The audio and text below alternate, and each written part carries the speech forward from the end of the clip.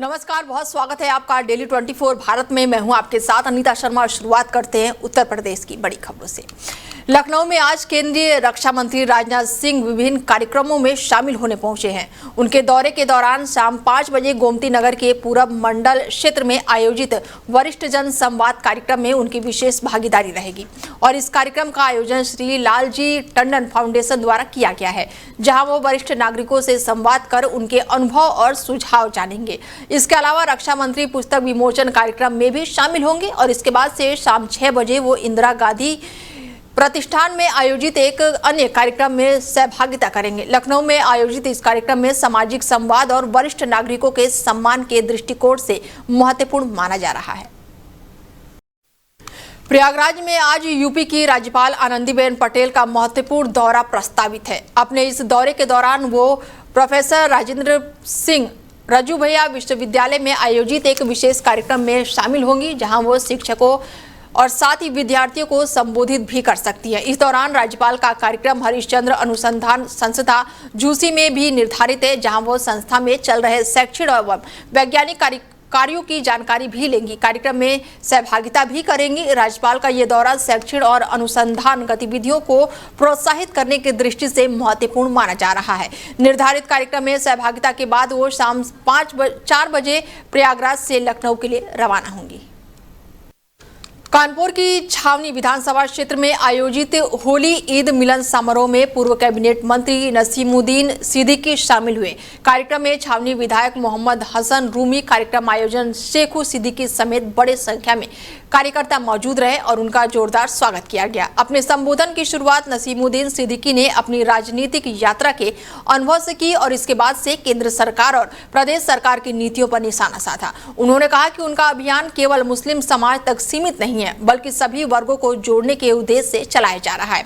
उन्होंने बताया कि कानपुर सहित अब तक कई जिलों में अभियान चल चुका है और आगे भी कई जिलों में कार्यक्रम प्रस्तावित है। प्रेस वार्ता के दौरान संजय निषाद को लेकर पूछे गए सवाल पर उन्होंने कहा कि वो उनके पुराने परिचित हैं, लेकिन वर्तमान समय में वो गलत लोगों के साथ राजनीति कर रहे हैं। कांग्रेस को लेकर पूछे गए सवाल पर उन्होंने स्पष्ट कहा कि उन्होंने अपनी निष्ठा नहीं बदली है और अब उनके नेता केवल अखिलेश यादव हैं। देखिए, अखिलेश जी ने जिस दिन से राजनीति में कदम रखा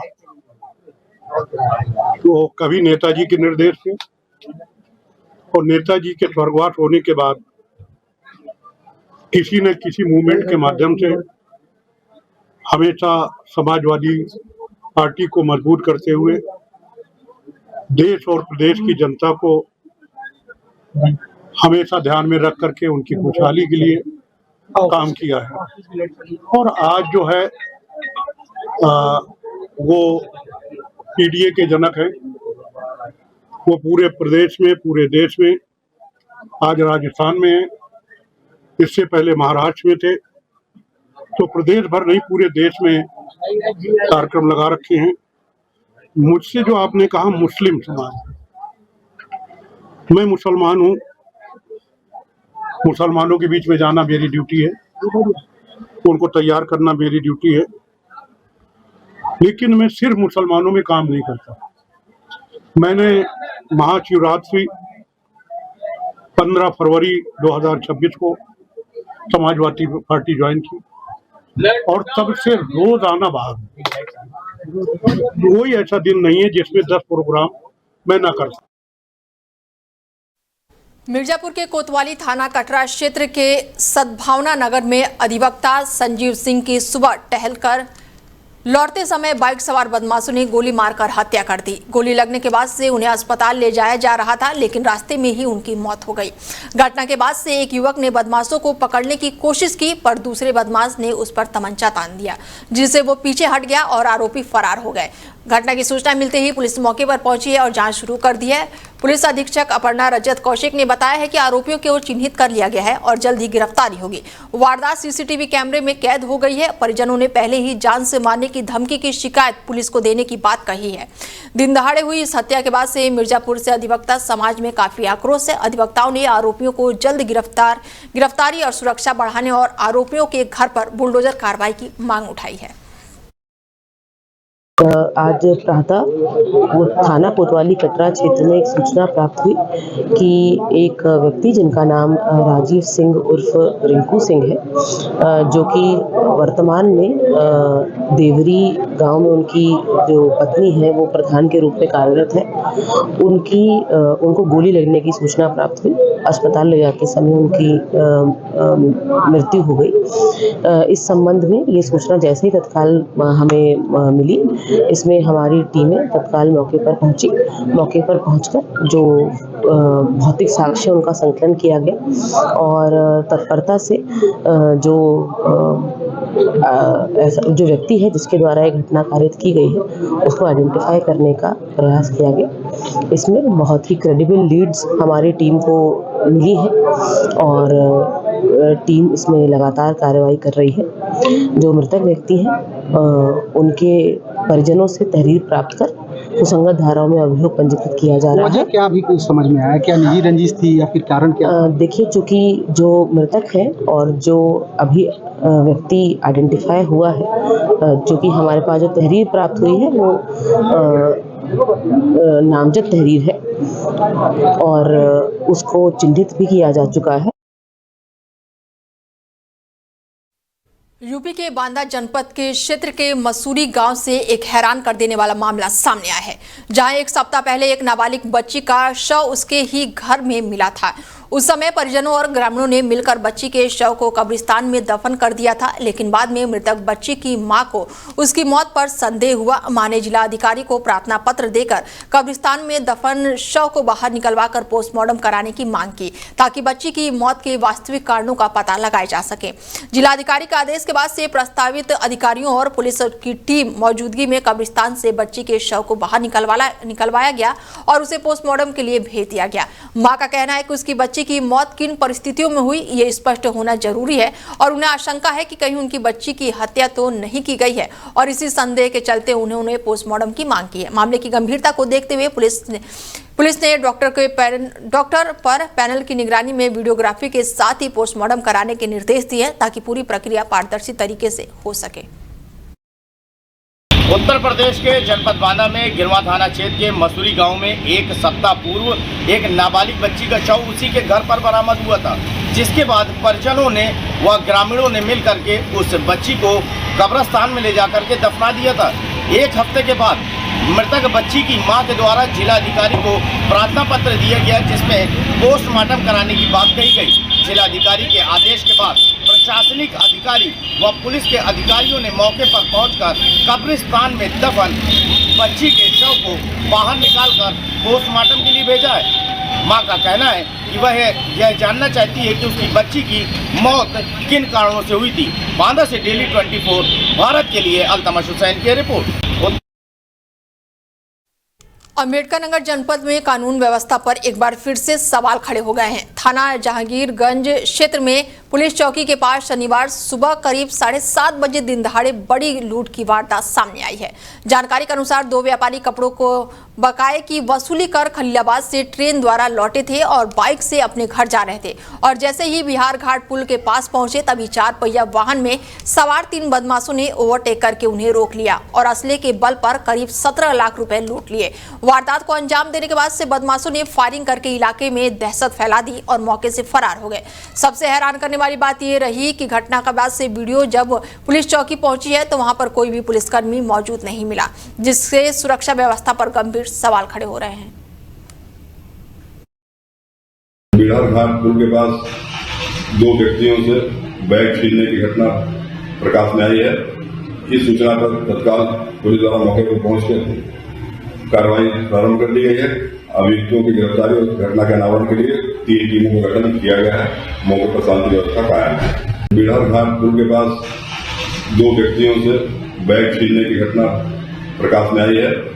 इस सूचना पर तत्काल पुलिस द्वारा मौके पर पहुंचकर कार्रवाई प्रारंभ कर दी गई है। अभियुक्तों की गिरफ्तारी और घटना के अनावरण के लिए 3 टीमों का गठन किया गया है। मौके पर शांति व्यवस्था। अमेठी जनपद के रामगंज थाना क्षेत्र में सरकारी जमीन पर किए जा रहे अवैध अतिक्रमण के खिलाफ प्रशासन का बुलडोजर गरजता हुआ दिखाई दिया है। शिकायत मिलने के बाद से पुलिस और प्रशासनिक टीम मौके पर पहुंची है और जांच के बाद से सरकारी भूमि पर किए जा रहे कब्जे को हटवाने की कार्रवाई शुरू की गई है। आरोप था कि गाँव के कुछ लोगों द्वारा चबूतरा बनाकर डॉक्टर साहब की मूर्ति स्थापित करने के नाम पर सरकारी जमीन पर कब्जा किया जा रहा था, जिसे लेकर गांव की महिलाओं ने विरोध प्रदर्शन भी किया और मौके पर मौजूदा मजिस्ट्रेट और पुलिस टीम ने स्थिति को नियंत्रित करते हुए सख्त रुख अपनाया और अवैध निर्माण को हटा दिया। प्रशासन की इस कार्रवाई के दौरान क्षेत्र में हलचल का माहौल बना रहा और बड़ी संख्या में ग्रामीण मौके पर मौजूद रहे। उस पर राजस्व टीम द्वारा पहले पूर्व में अवैध कब्जा के संबंध में उनको सूचित किया गया था और उस पर इसके बावजूद भी उनके द्वारा चबूतरा बनवाया गया और उसी चबूतरे पर जो कि खाल निकालने की स्थान सुरक्षित जमीन पर बना हुआ था, आज शासन प्रशासन द्वारा, पुलिस प्रशासन एवं हम लोगों के द्वारा उसको, हमारी टीम के द्वारा उसको हटवाया गया है। उस पर राजस्व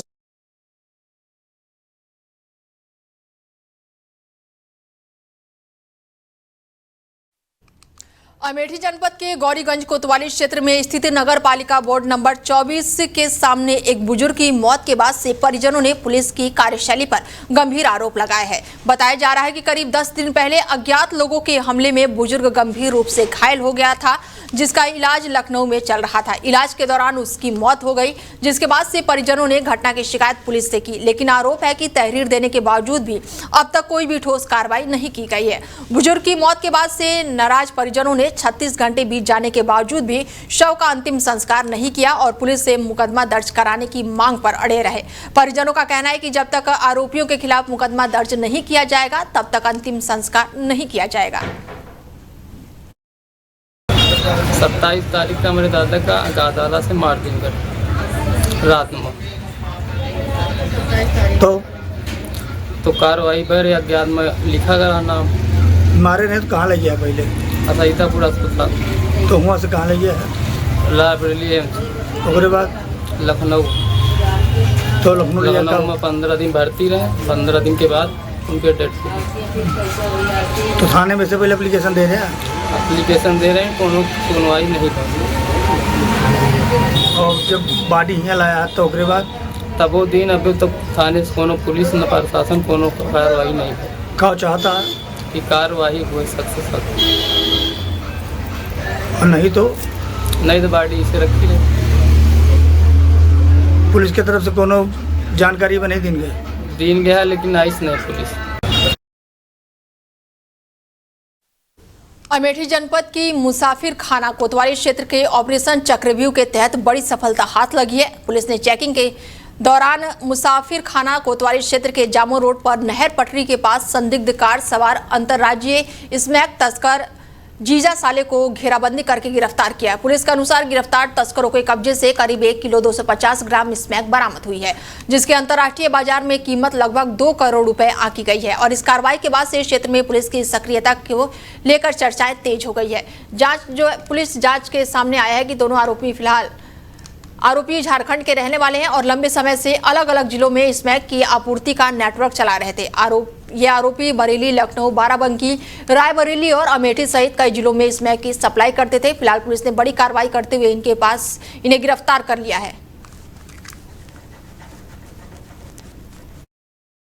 आज दिनांक 11/4/2026 को पुलिस अधीक्षक महोदय द्वारा संदिग्ध वाहन व्यक्तियों के विरुद्ध चलाए गए अभियान ऑपरेशन चक्रव्यूह के तहत थानाध्यक्ष मुसाफिर खाना अपनी पुलिस टीम के साथ चेकिंग कर रहे थे। इसी बीच बनारस से लखनऊ की तरफ स्विफ्ट कार से कुछ संदिग्ध आते हुए दिखाई दिए। इनको रोक करके इनकी चेकिंग की गई तो इनके पास से करीब 1.25 किलो स्मैक बरामद हुआ, जिसमें अजीत कुमार गुप्ता तथा सोनू साहू, जो दोनों ही झारखंड राज्य के रहने वाले हैं, जिसमें सोनू साहू के विरुद्ध पूर्व में भी NDPS एक्ट के उचित धाराओं में 2 अभियोग दर्ज हैं झारखंड राज्य में। इन दोनों ही के विरुद्ध उचित धाराओं में अभियोग पंजीकृत कर लिया गया है। गाड़ी को भी कब्जे में लेकर के दोनों अभियुक्तों को जेल भेजा जा रहा है। बरामद स्मैक की कीमत करीब अंतर्राष्ट्रीय मार्केट में 2 करोड़ रुपए है। आज दिनांक 11/4/2026 को पुलिस अधीक्षक महोदय द्वारा संदिग्ध वाहन व्यक्तियों के विरुद्ध चलाए गए अभियान ऑपरेशन चक्रव्यूह के तहत अमेठी जनपद में सरकारी जमीन पर अवैध कब्जे का मामला जो है वो निकलकर सामने आया है। बता दें कि ग्राम प्रधान पति के खिलाफ मुकदमा दर्ज होने से स्थानीय स्तर पर हड़कंप मचा हुआ है। मामला को अमेठी कोतवाली क्षेत्र के मधुपुर गांव का बताया जा रहा है, जहां पर आरोप है कि तालाब की सुरक्षित सरकारी जमीन पर अवैध निर्माण कराया जा रहा था। सरकारी भूमि की देखरेख और सुरक्षा की प्राथमिकता जिम्मेदारी जो है ग्राम प्रधान की होती है, लेकिन आरोप है कि उसी से जुड़े व्यक्ति द्वारा जमीन पर कब्जा करने का प्रयास किया गया, जिससे प्रशासन को हस्तक्षेप करना पड़ा। मामले की जानकारी मिलने के बाद से संबंधित लेखपाल ने जाँच करके अपनी तहरीर पुलिस को दी है, जिसके आधार पर अमेठी कोतवाली पुलिस ने आगे की कार्रवाई जो है वो शुरू कर दी है। खबरों में आगे बढ़ते हैं और खबर यूपी के अंबेडकर नगर से है, जहां पर नई पुलिस अधीक्षक बनी है प्राची सिंह। बड़ी जानकारी निकलकर सामने आ रही है और ऐसे में अंबेडकर नगर जनपद के पुलिस प्रशासनिक स्तर पर बड़ा बदलाव किया गया है। शासन के आदेश के बाद से 32वीं विहीन पीएससी लखनऊ में सेनानायक के पद पर तैनात प्राची सिंह को अंबेडकर नगर का नया पुलिस अधीक्षक नियुक्त किया गया है। उनकी नियुक्ति के बाद से जिले में कानून व्यवस्था को और भी अधिक मजबूत बनने की उम्मीद जताई जा रही है। प्रशासनिक हलकों में इस महत्वपूर्ण बदलाव माना जा रहा है और नई पुलिस अधीक्षक से अपराध नियंत्रण और पुलिस व्यवस्था में तेजी आने की अपेक्षा की जा रही है। वहीं अंबेडकर नगर के पूर्व पुलिस अधीक्षक अभिजीत आर शंकर का स्थानांतरण करके उन्हें देवरिया जनपद के पुलिस अधीक्षक बनाया गया है और इस प्रशासनिक फेरबदल को शासन स्तर पर नियमित तबादला प्रक्रिया का हिस्सा बताया जा रहा है। तो वहीं लखनऊ के काकोरी थाना क्षेत्र से सनसनीखेज मामला सामने आया है, जहां पर बहू पर अपनी सास को रोटी में कीटनाशक मिलाकर मारने का आरोप लगा है। घटना का खुलासा होने के बाद से उच्च अधिकारी और मजिस्ट्रेट के आदेश पर भारी पुलिस बल की मौजूदगी में कब्र खोदकर शव बाहर निकलवाया गया है और पोस्टमार्टम के लिए भेज दिया गया है। बताया जा रहा है कि मौत के बाद से पहले इसे सामान्य मृत्यु मानकर शव को दफना दिया गया था, लेकिन बाद में परिजनों को संदेह होने पर पुलिस से शिकायत की गई, जिसके बाद से कार्रवाई शुरू हुई।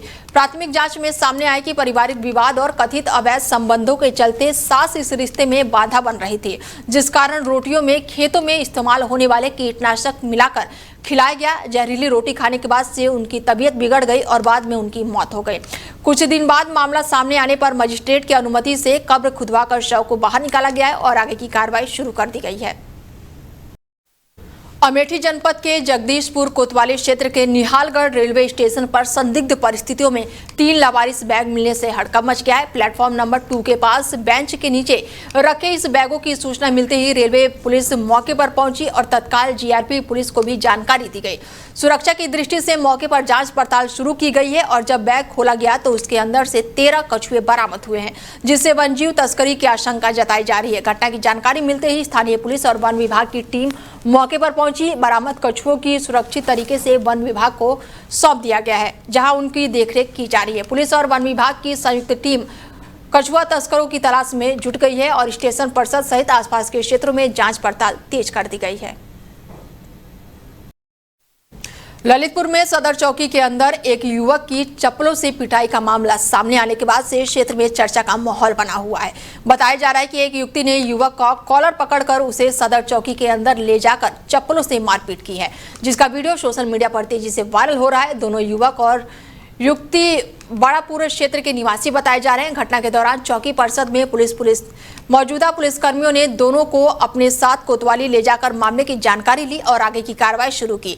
युवती की मां ने आरोप लगाया कि संदिग्ध युवक उनकी बेटी को लंबे समय से परेशान कर रहा था। उनका कहना है कि जहां भी बेटी का रिश्ता तय किया जाता था वहां युवक कथित तौर पर वीडियो भेजकर शादी रुकवाने की कोशिश करता था और धमकी देता था कि यदि उसे शादी की गई तो गंभीर परिणाम होगा। इस संबंध में युवती की मां ने पुलिस को लिखित शिकायत पत्र भी दिया है और कार्रवाई की मांग की है। मामले के सामने आने के बाद से पुलिस पर प्रकरण की जांच जुटी हुई है और पुलिस का कहना है कि दोनों पक्षों में जानकारी लेकर तथ्यों के आधार पर आगे की कार्रवाई की जाएगी।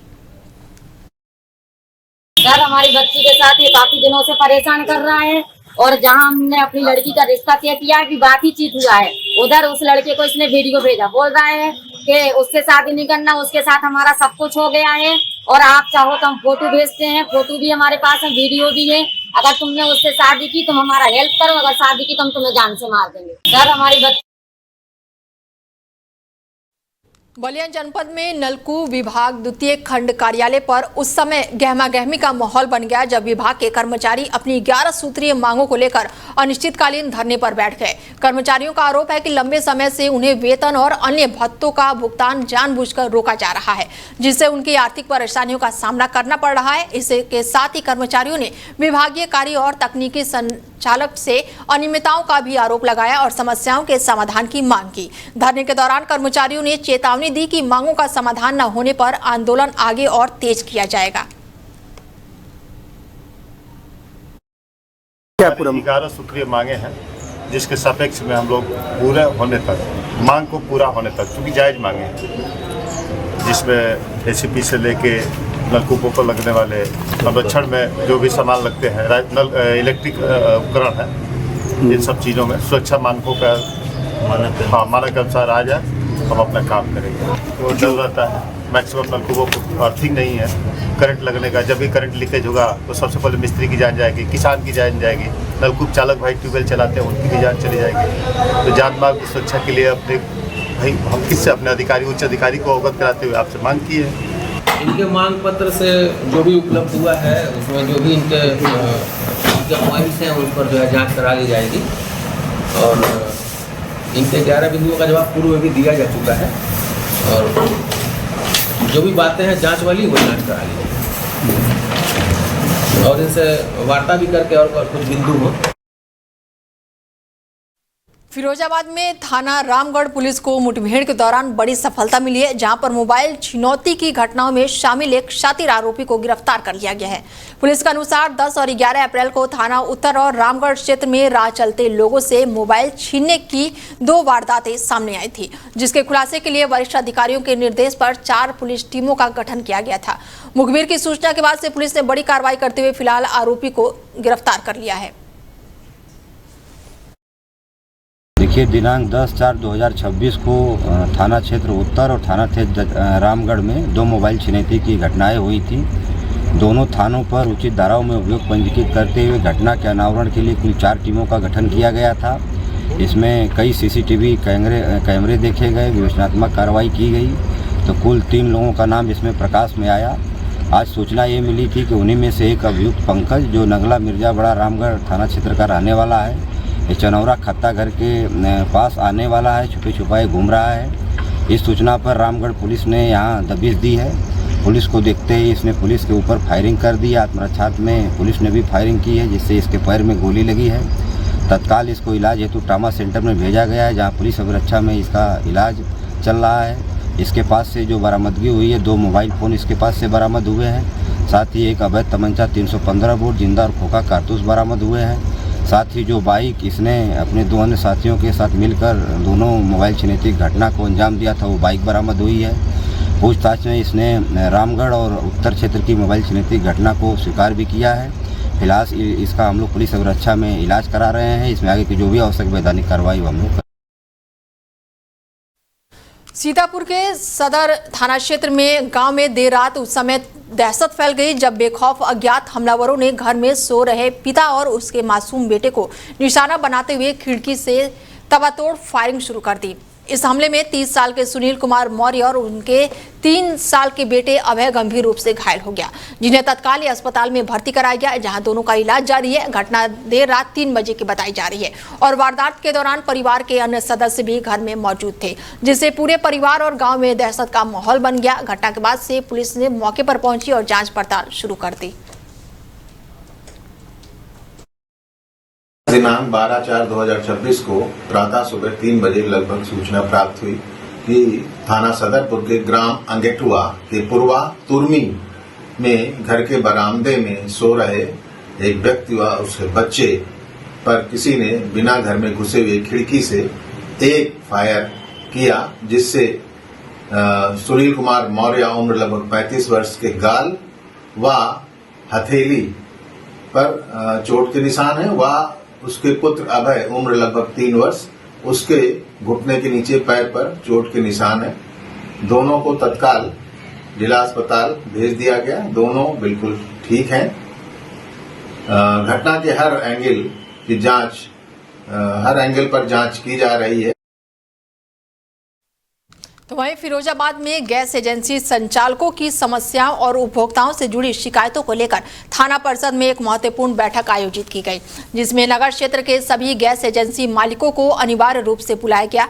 बैठक के दौरान उपभोक्ताओं को अनावश्यक रूप से परेशान करने केवाईसी के नाम पर अवैध वसूली करने और साथ ही लापरवाही बरतने वाले एजेंसी संचालकों के खिलाफ सख्त कार्रवाई की चेतावनी दी गई। और इस दौरान पुलिस अधिकारियों ने स्पष्ट रूप से निर्देश दिए कि उपभोक्ताओं की शिकायत मिलने पर संबंधित एजेंसियों के खिलाफ तुरंत ही कानूनी कार्रवाई की जाएगी। बैठक में अनुपस्थित रहने वाले एक एजेंसी संचालक को पुलिस भेजकर मौके पर बुलाया गया और उन्हें भी कड़ी चेतावनी दी गई और भविष्य में किसी भी प्रकार की शिकायत मिलने पर सख्त कार्रवाई की जाएगी। गैस सिलेंडर को लेके जैसे पब्लिक में एक भ्रम फैल रहा है या कुछ लोग ज़्यादा एजेंसियों पे इकट्ठे किए जा रहे हैं, तो इस संबंध में सभी गैस एजेंसी वालों को बताया गया कि भाई ये आपके द्वारा एक तो सीरियल वाइज नंबरिंग के हिसाब से सिलेंडर दिए जाएं और एक मैसेज उनसे पूछा गया भाई कोई इस तरह की समस्या है क्या, गैस कम आ रही है, कुछ ऐसा उनके द्वारा बताया गया नहीं, पर्याप्त रूप से गैस मिल रही है और कोई इस तरह की कोई समस्या नहीं है।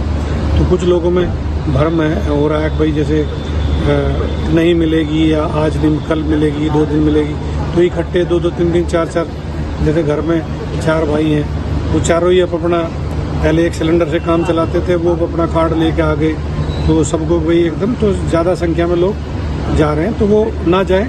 और सबको हमने बताया ग्रुप बनाएं व्हाट्सएप पे, जो जिसके जो कस्टमर है, ग्राहक हैं, तो उनको नंबरिंग के हिसाब से आप उनको मैसेज करते रहें और उनसे फ़ोन पर वार्ता करें, जिसका नंबर आ गया हो उसी हिसाब से जो पहले आओ और पहले ले जाओ, इस हिसाब से आप अपनी पॉलिसी रखो और कोई अवैध उगाही ना करें, अनावश्यक लोगों से ठगी ना करें और किसी भी तरह से आप प्रलोभन देखें या कोई और जो है होल्डिंग ना करें अपने घर पे, अवैध भंडारण ना करें जिसमें बाद में, और जो नॉर्मल जो सिलेंडर है वो इस तरह से ना बेचे, घरेलू सिलेंडर जो है होटलों पे या उन पे ब्लैकिंग उसके तरीके से ना दिए जाएं, ताकि सबको आराम से मिलता रहे और कोई समस्या उत्पन्न। फिलहाल बुलेटिन में मेरे साथ इतना ही, दीजिए इजाजत, नमस्कार।